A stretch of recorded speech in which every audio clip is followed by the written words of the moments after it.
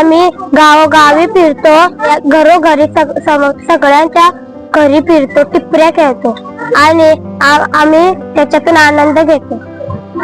नमस्कार, आपण आहोत माथेरानच्या पायथ्याशी असलेल्या झुमापट्टी वाडीमध्ये आणि तुम्ही पाहताय की पारंपरिक पद्धतीने भोंडाई म्हणजे भोंडला पण आपण बोलतो, ही भोंडाई म्हणून हे जे हा करा दिसतो ते सर्व गावोगावी घरोघरी फिरतात आणि या ठिकाणी हे भोंडाई म्हणून हे टिपरीचं नृत्य या ठिकाणी सादर करत असतात.